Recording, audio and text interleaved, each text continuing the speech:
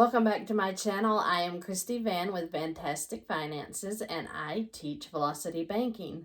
Today we're going to be discussing a lady that has a zero cash flow, yet she wants to begin debt elimination. So rather than go out and pick up a pizza delivery job or any other second job or changing her lifestyle, we wanted to give her solutions that could help her begin today on getting rid of some of her debt and raising her credit score at the same time. So she has an income of $3,000, but her expenses are $3,000. So that leaves her with a zero cash flow.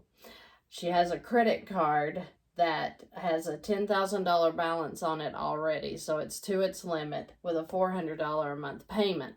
Now, her rent is $1,000, and besides that, everything else she has for expenses can go on a credit card, that being her electric bill, phones, water, food, gas, and car insurance, etc.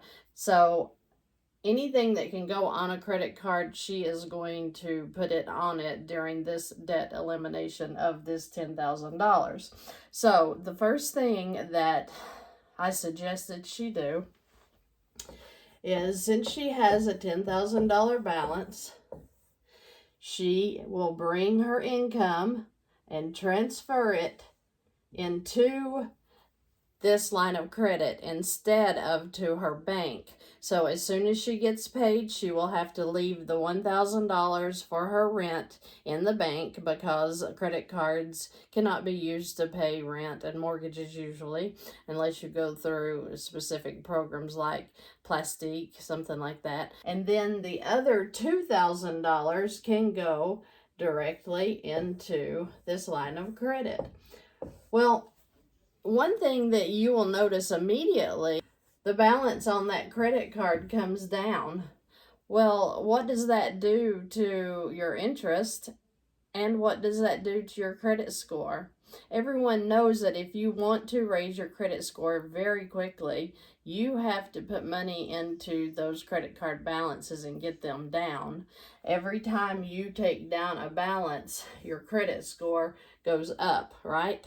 So this is a terrific way for her to raise her credit score really quickly and help knock out some of that interest that she's paying on this 21% credit card. Now, she automatically has everything set up where it's coming out of the credit card. She will swipe her credit card when she needs gas. She will swipe her credit card when she needs food, groceries.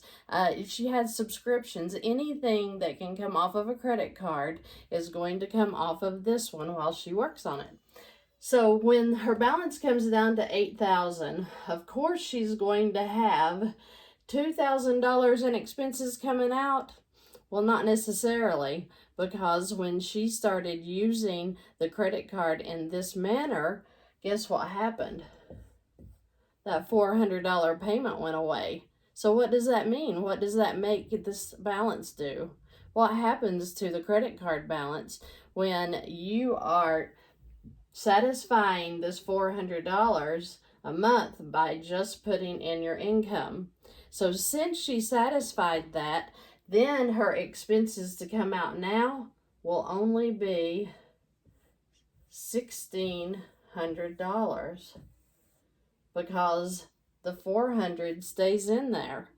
So now when she adds this, her balance will go to $9,600. It's gradually growing back up to this $9,600, which keeps the interest low because they are figuring your interest on the average daily balance. So when she does this, and this is month 1, right? And this is month 1 expenses. Then she's going to come in month 2, and she is going to do it again. So we'll put in the $2,000, and what happened? Immediately her balance is down to $7,600. That is going down pretty fast. That's 2 months. She's already hit the $7,600.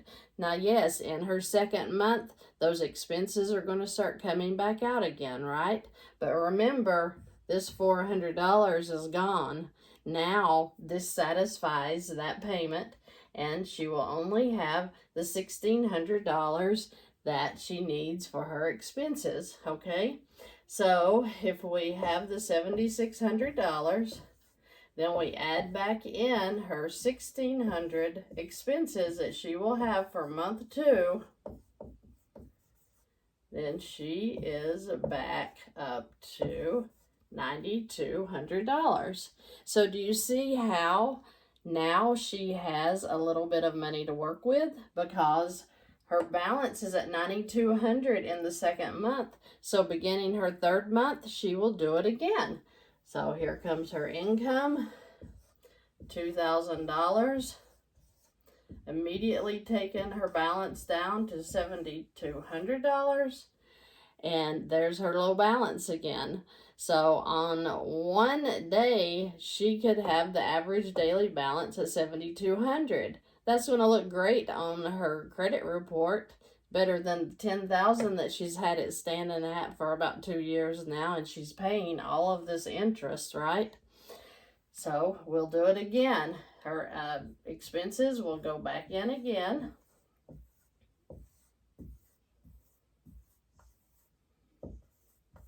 Look at here. Beginning the 4th month,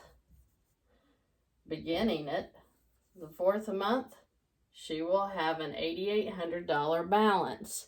Now, this will happen every month until this card is paid off. So her balance at the beginning of the 4th month is $8,800. In the 4th month, her income, minus her rent, of course, is going to come off, bringing that down to $6,800. This is income month 4. Then she's going to add back in her expenses. Then she'll be back up to $8,400. Now, this begins month 5. So this is going to happen again. We're going to do the 2,000. It's going to bring her to $6,400. Add back in her expenses of $1,600. So she's at $7,000, right?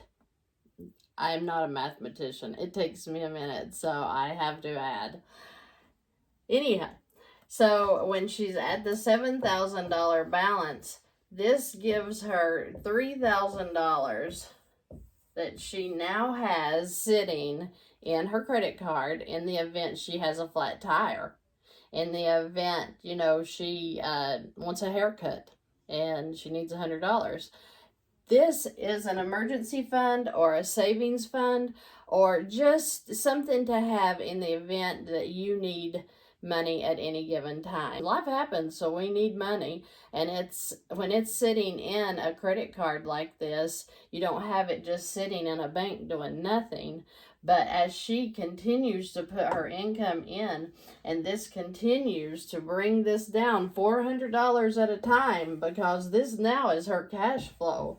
She has the $400 cash flow that is staying in this credit card. So all you would do if you wanted to figure when every last dime of this credit card is going to be paid off, you would take the $7,000 and divide it by 400. So in 17 and a half months doing nothing but just putting her money into a credit card instead of letting it sit in the bank, in 17 and a half months, this is going to be paid off. The whole time she has an emergency fund building up that she doesn't have to stress out.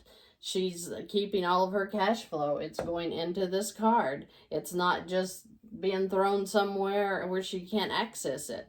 Every time she makes a deposit, the balance comes down, her credit score goes up.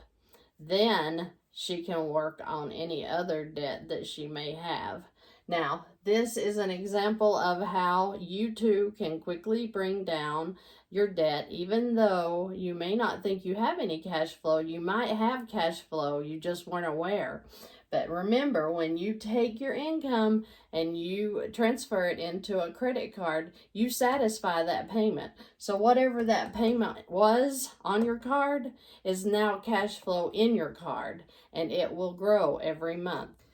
And then to figure the interest on that credit card of $10,000, if she was letting it sit for a long time at $10,000 and it was 21%, you would take the 10,000 times 21%, which of course is $2,100 a year, okay? Then you would divide this by 365 days, because remember, they figure the interest on the average daily balance on lines of credit. So 365 days, that would be $5.75 a day that the interest would be charged on $10,000 that sits. But when we do velocity banking, where we are taking all of our income and throwing it in, and we're knocking the 10,000 down to 8,000, I wanted to throw in there that yes, you are going to have interest. It is going to be based upon the average daily balance. So the lower you keep the balance, the less your interest charges will be. If you left it at the 10,000 and it was $5.75 a day, that could get expensive. But if she keeps bringing it down to where, you know, it's 8,000 times 21%, $1,680 a year, then you would divide that by 365. That would be $4.60 a day. So the lower you get that balance, the less interest charges that you will pay. If you have any questions, please feel free to ask. You are always so kind, and I thank you for watching. Have a great night.